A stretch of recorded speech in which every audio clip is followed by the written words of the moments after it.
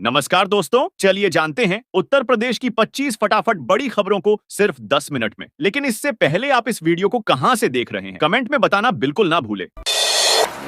महोबा के 39,918 किसान सम्मान निधि से हो सकते हैं वंचित। पीएम किसान सम्मान निधि, फसल बीमा व किसान क्रेडिट कार्ड आदि योजना के लिए फार्मर रजिस्ट्री को अनिवार्य किया गया है, लेकिन सम्मान निधि के पंजीकृत 1,49,325 के सापेक्ष अब तक 39,918 किसानों ने रजिस्ट्री नहीं कराई है। उन्हें 15 मार्च तक का मौका दिया गया है। यदि इसके बाद भी फार्मर रजिस्ट्री न कराई तो उन्हें योजनाओं के लाभ से वंचित होना पड़ सकता है। एलपीजी ग्राहकों को सलाह दी जा रही है कि गैस संभल कर खर्च करें। 15 दिन में मिलने वाला गैस सिलेंडर अब 25 दिन पर मिलेगा। यह संकट अमेरिका, ईरान, इजराइल के बीच चल रही तनातनी के चलते उत्पन्न हुआ है। हालांकि होली पर्व पर गैस सिलेंडर की कोई किल्लत नहीं थी, मगर डिलीवरी मैन के अभाव में यह ग्राहकों के घर नहीं पहुंच सका। 69,000 शिक्षक भर्ती में नियुक्ति की मांग को लेकर प्रदर्शन कर रहे अभ्यर्थियों को पुलिस ने इको गार्डन भेज दिया। बेसिक शिक्षा निदेशालय में सोमवार को अभ्यर्थियों का जमावड़ा लगा रहा। समल जिले के 28 प्राथमिक स्वास्थ्य केंद्रों और 5 नगरीय केंद्रों पर आयोजित 243वें मुख्यमंत्री आरोग्य मेले में 2,725 मरीजों का निःशुल्क उपचार किया गया।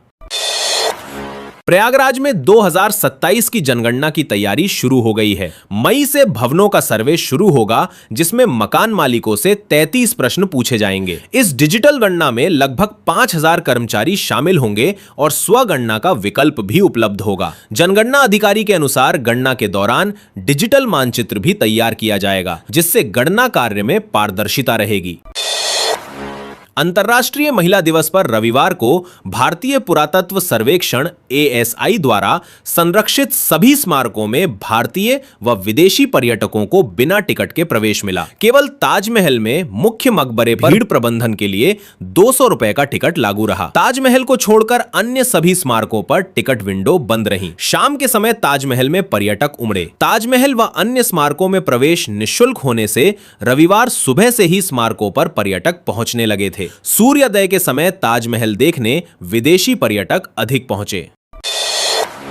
मध्य पूर्व में ईरान, अमेरिका और इजराइल के बीच बढ़े तनाव का असर अब स्थानीय उद्योगों पर भी दिखाई देने लगा है। अंतर्राष्ट्रीय बाजार में क्रूड ऑयल के दाम बढ़ने से प्लास्टिक उद्योग में इस्तेमाल होने वाले कच्चे माल की कीमतों में तेज उछाल आ गया है। रामपुर टांडा का राइस मिल उद्योग इन दिनों संकट से जूझ रहा है। खाड़ी देशों को चावल का निर्यात बंद होने के कारण कई मिलें घाटे में चली गई हैं। स्थिति यह है कि नगर की पुरानी तकनीक की 36 मिलों में से करीब 7 बंद हो चुकी हैं, जबकि कई और भी बंद होने की कगार पर हैं। जो नई टेक्निक की मिल हैं, वो भी एक्सपोर्ट बंद होने से नुकसान झेल रही हैं।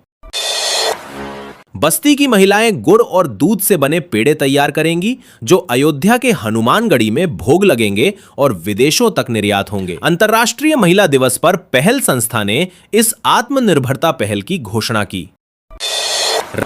रामपुर में एक व्यक्ति से ट्रेडिंग कंपनी में निवेश के नाम पर 6 लाख रुपए की ठगी हुई है। ठगों ने खुद को बिटकॉइन कंपनी और SBI मैनेजर बताकर जीशान को फंसाया। पश्चिम एशिया में युद्ध का असर। नोएडा में पेट्रोल की कमी की अफवाह से पंपों पर भीड़, कुछ जगह खत्म हुआ स्टॉक। ग्रेटर नोएडा में पश्चिमी देशों में युद्ध की अफवाहों के चलते पेट्रोल पंपों पर ईंधन का स्टॉक खत्म हो गया, जिससे वाहन चालकों को परेशानी हुई। हालांकि अधिकारियों ने पर्याप्त स्टॉक होने का दावा किया और कहा कि यह कमी घबराहट में खरीदारी और रविवार के अवकाश के कारण हुई। संत कबीर नगर में प्रधानमंत्री किसान सम्मान निधि योजना के तहत फार्मर रजिस्ट्री न करने पर 3 विभागों के 544 कर्मियों पर कार्रवाई हो सकती है। इस लापरवाही से हजारों किसान योजना के लाभ से वंचित हो सकते हैं। मुख्यमंत्री योगी आदित्यनाथ को बच्चों के प्रति प्रेम हर स्थान पर छलक ही जाता है। जनता दर्शन में भी अभिभावकों के साथ पहुंचे बच्चों की समस्याओं का निस्तारण उनकी शीर्ष वरीयता रहती है।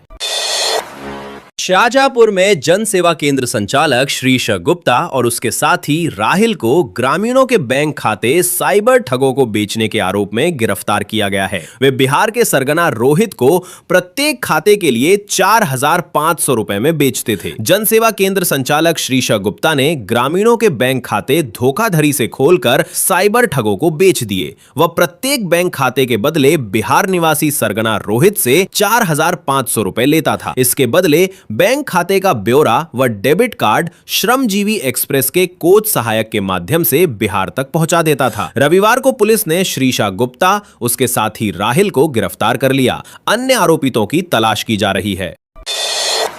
भारतीय रेलवे ने 3 लाख ट्रैक मेंटेनर्स व इंजीनियरिंग विभाग के कर्मचारियों के लिए मॉनसून गिफ्ट का ऐलान किया है। अब उन्हें ड्यूटी के अतिरिक्त 4 घंटे काम करने पर ओवरटाइम मिलेगा। यह लाभ मॉनसून के दौरान आरयूबी जैसे संवेदनशील स्थानों पर काम करने वाले कर्मचारियों को मिलेगा। कुशीनगर इंटरनेशनल एयरपोर्ट पर 327 करोड़ रुपए खर्च होने के बावजूद यह उड़ानें शून्य होने के कारण वीरान पड़ा है। अक्टूबर 2021 में उद्घाटन के बाद केवल दिल्ली के लिए उड़ानें थीं, जो नवंबर 2023 में बंद हो गईं। भारतीय टीम की T20 विश्व कप जीत के बाद बड़ेली में जश्न का माहौल रहा। भारत ने न्यूजीलैंड को बड़े अंतर से हराकर खिताब जीता। संजू सैमसन के 89 रनों की पारी से भारत ने 255 रन बनाए। शहर भर में आतिशबाजी, तिरंगा रैलियां और मिठाइयां बांटी गईं। देर रात तक लोग खुशी मनाते रहे, जिससे दिवाली जैसा नजारा दिखा। विश्व कप T20 के फाइनल मुकाबले में भारतीय टीम की शानदार जीत के बाद शहर में जश्न का माहौल देखने को मिला। भारत ने फाइनल में न्यूजीलैंड टीम को बड़े अंतर से हराकर खिताब अपने नाम किया। शहर के सिद्धार्थ नगर व सुभाष में क्रिकेट प्रेमियों ने तिरंगा रैली निकालकर अपनी भावनाएं व्यक्त की। चौधरी चरण सिंह विश्वविद्यालय CCSU के वनस्पति विज्ञान विभाग में 6 दिवसीय अंतर्राष्ट्रीय हैंड्स ऑन प्रशिक्षण कार्यक्रम शुरू हो गया है। यह कार्यक्रम देश विदेश के प्रतिभागियों को एल्गल बायोटेक्नोलॉजी की आधुनिक तकनीकों का व्यावहारिक प्रशिक्षण देगा। देवरिया में भूलेख पोर्टल पर रियल टाइम खतौनी डेटा में हजारों त्रुटियां मिली हैं। राजस्व परिषद की समीक्षा में गाटा संख्या, क्षेत्रफल और खातेदारों के नाम दर्ज करने में गंभीर गड़बड़ियां सामने आईं, जिससे 9.29 लाख खातेदार प्रभावित हुए। होली के बाद रेल यात्रियों की घर वापसी में परेशानी जारी है। देवरिया रेलवे स्टेशन पर आरक्षित टिकट न मिलने से यात्रियों को जनरल और स्लीपर कोच में खड़े होकर यात्रा करनी पड़ रही है। यूपी के सरकारी अस्पताल में पुत्र जन्म पर नर्स ने मांगे 2,100 रुपए, नहीं देने पर पिता को जड़ा थप्पड़। सामुदायिक स्वास्थ्य केंद्र के महिला अस्पताल में पुत्र जन्म के बाद रुपए मांगने का विरोध करने पर प्रसूता के पति को स्टाफ नर्स द्वारा थप्पड़ मारने का मामला सामने आया है। आरोप है कि ड्यूटी पर तैनात संविदा स्टाफ नर्स ने 2,100 रुपए की मांग की और कम रुपए देने पर नाराजगी जताई। वाराणसी और पूर्वांचल में मौसम का मिजाज बदल गया है। न्यूनतम तापमान पहली बार 20 डिग्री सेल्सियस पहुंच गया है, जो सामान्य से 5.2 डिग्री अधिक है। अधिकतम तापमान भी 33.4 डिग्री सेल्सियस दर्ज किया गया। वातावरण में नमी कम होने से गर्मी का असर प्रभावी हो रहा है और अगले 1 सप्ताह तक तेज धूप और गर्मी जारी रहने का अनुमान है। सोने चांदी में जबरदस्त गिरावट। शेयर बाजार में मंदी के बीच क्यों बिखर गया गोल्ड? समझिए, इक्विटी बाजारों में हुए जबरदस्त नुकसान की भरपाई के लिए निवेशक सोने चांदी में मुनाफा वसूली कर रहे हैं। इससे कीमतें गिर गई हैं।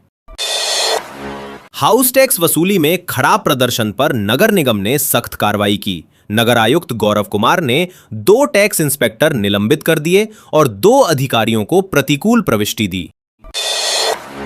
संभल जिले के 28 प्राथमिक स्वास्थ्य केंद्रों और 5 नगरीय केंद्रों पर आयोजित 243वें मुख्यमंत्री आरोग्य मेले में 2,725 मरीजों का निःशुल्क उपचार किया गया।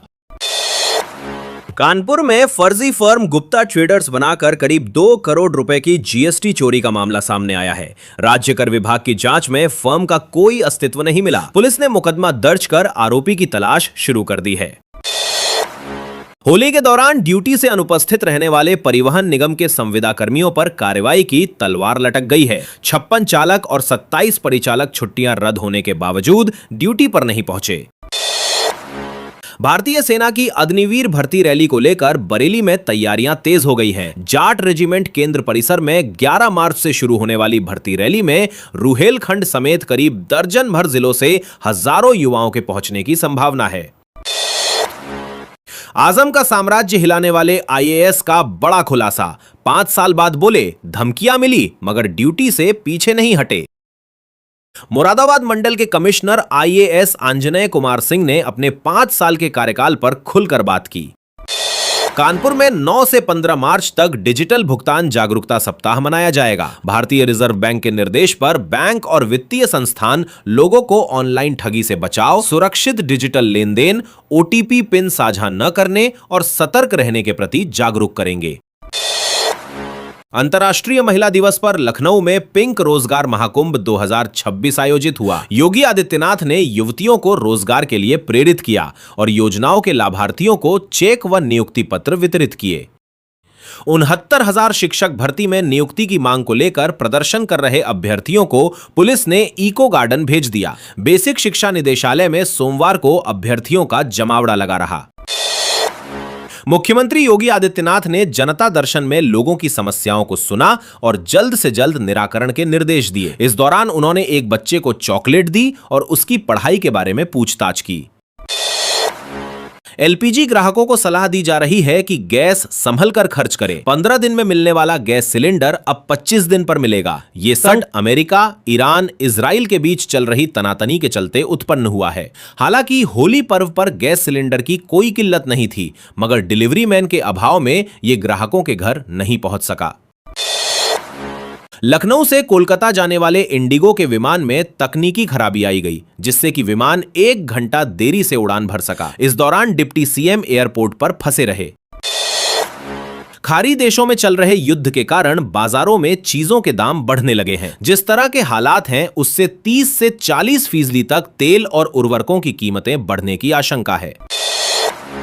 भारतीय क्रिकेट टीम के T20 विश्व कप जीतकर विश्व विजेता बनने की खुशी में राजधानी में जोरदार जश्न मनाया गया। रविवार की रात फाइनल मुकाबले में टीम इंडिया ने जैसे ही न्यूजीलैंड का आखिरी विकेट गिराया, खेल प्रेमी खुशी से झूम उठे।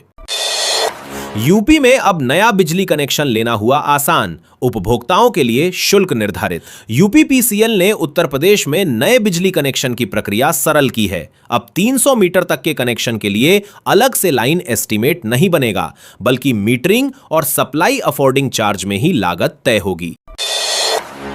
प्रधानमंत्री नरेंद्र मोदी 14 मार्च को पुरुलिया से आनंद विहार टर्मिनल के बीच नई ट्रेन सेवा को हरी झंडी दिखाने वाले हैं। यह ट्रेन रास्ते में वाराणसी, अयोध्या और लखनऊ जैसे प्रमुख शहरों से होकर गुजरेगी। इससे पश्चिम बंगाल, झारखंड और उत्तर प्रदेश के यात्रियों को दिल्ली तक सीधी रेल कनेक्टिविटी मिल सकेगी। उत्तर प्रदेश में डिजिटल कनेक्टिविटी को मजबूत करने के लिए एक बड़ा कदम उठाया गया है। मुख्यमंत्री योगी आदित्यनाथ के डिजिटल उत्तर प्रदेश विजन के तहत प्रोजेक्ट गंगा की शुरुआत की गई है। इस योजना में हिंदुजा ग्रुप के सहयोग से करीब 20 लाख ग्रामीण घरों तक हाई स्पीड ब्रॉडबैंड पहुंचाया जाएगा, जिससे लगभग 1 करोड़ लोगों को फायदा मिलने की उम्मीद है। साथ ही इस परियोजना से 1 लाख से ज्यादा रोजगार के अवसर भी पैदा होंगे, जिनमें करीब आधी भागीदारी महिलाओं की होगी। ग्रामीण इलाकों में टेलीमेडिसिन और ऑनलाइन शिक्षा जैसी सुविधाएं भी आसान हो जाएंगी। गाजीपुर के राजकीय मेडिकल कॉलेज से लापरवाही का एक गंभीर मामला सामने आया है। जानकारी के मुताबिक इलाज और सही निगरानी के अभाव में यहां 2 मरीजों की मौत हो गई। इनमें एक 4 महीने का मासूम बच्चा और एक बुजुर्ग महिला शामिल हैं। खास बात यह है कि इसी अस्पताल की हाल ही में विधानसभा में उप मुख्यमंत्री द्वारा सराहना भी की गई थी, लेकिन अब लगातार हो रही मौतों ने अस्पताल की व्यवस्थाओं पर सवाल खड़े कर दिए हैं। गोरखपुर एम्स से जुड़ा एक बड़ा मामला सामने आया है। संस्थान के करीब 12 डॉक्टर पूर्व कार्यकारी निदेशक डॉक्टर सुरेखा किशोर के खिलाफ चल रही जांच में बयान दर्ज कराने के लिए ऋषिकेश एम्स जाएंगे। आरोप है कि उन्होंने अपने बेटों की फर्जी तरीके से नियुक्ति कराई और उन्हें घर बैठे ही वेतन दिलाया। अब इस मामले में जांच एजेंसियां गहराई से पड़ताल कर रही हैं और डॉक्टरों के बयान दर्ज किए जाएंगे। बिजनौर जिले के झालू इलाके में वन विभाग की टीम ने एक बड़े अजगर को पकड़कर सुरक्षित रेस्क्यू किया। बताया जा रहा है कि करीब 12 फीट लंबा अजगर एक पेड़ पर चढ़ा हुआ था, जिसे टीम ने काफी मशक्कत के बाद पकड़ा। वहीं दूसरी तरफ धामपुर के टांडा गांव के पास जंगल में किसानों को गुलदार दिखाई देने से हड़कंप मच गया। गन्ने की छिल्लाई के लिए जा रहे किसानों में इसे देखकर दहशत फैल गई। प्रयागराज में आबकारी विभाग एक बार फिर घाटे में चल रही शराब और भांग की दुकानों के आवंटन की तैयारी कर रहा है। जानकारी के मुताबिक कुल 66 दुकानों को दोबारा ई लॉटरी के जरिए आवंटित किया जाएगा। इसके लिए आवेदन प्रक्रिया 10 मार्च से शुरू होने जा रही है। विभाग को उम्मीद है कि इस बार इन दुकानों के लिए बेहतर रिस्पॉन्स मिल सकता है। एसआई भर्ती परीक्षा को पारदर्शी बनाने के लिए भर्ती बोर्ड ने बड़ा कदम उठाया है। बोर्ड की ओर से एक विशेष ईमेल आईडी और व्हाट्सएप नंबर जारी किया गया है। इसके जरिए कोई भी व्यक्ति साल्वर गैंग, पेपर लीक या किसी भी संदिग्ध गतिविधि की जानकारी दे सकता है। खास बात यह है कि सूचना देने वाले व्यक्ति की पहचान पूरी तरह गोपनीय रखी जाएगी, ताकि लोग बिना डर के जानकारी साझा कर सकें।